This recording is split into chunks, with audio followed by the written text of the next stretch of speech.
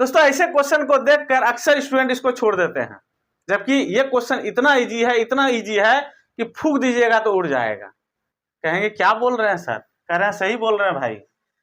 बहुत बार जो है ना ये एसएससी के एग्जाम में, रेलवे के एग्जाम में पूछा गया है, और ऐसे क्वेश्चन को जो है ना बनाने के लिए आपको पेपर और पेन की आवश्यकता नहीं पड़ती है, बल्कि सिर्फ देखिए और आंसर को टिक कर दीजिए।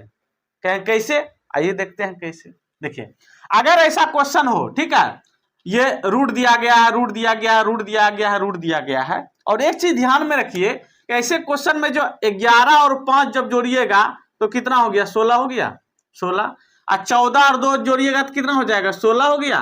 और 8 और 8 कितना हो गया? 16 हो गया।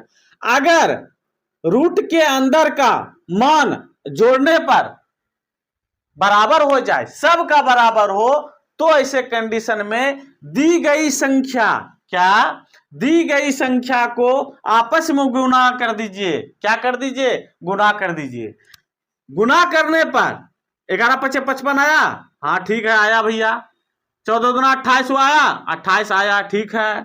8 8 64 आया, हाँ भैया 64 आ गया।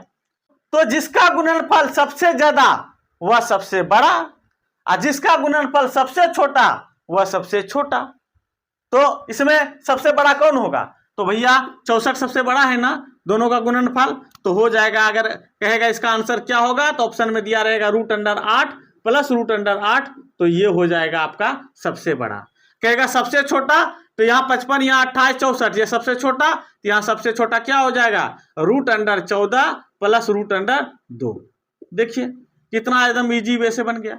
तो अगर आप अच्छी तरह से समझ गए हैं तो जल्दी से बताइए क्वेश्चन नंबर 2 का इस चारों में ऑप्शन कौन सा होगा। आपको बिगेस्ट बताना है कि तीनों में सबसे बड़ा कौन है। ठीक है, option number A, B, C और D दिया गया है।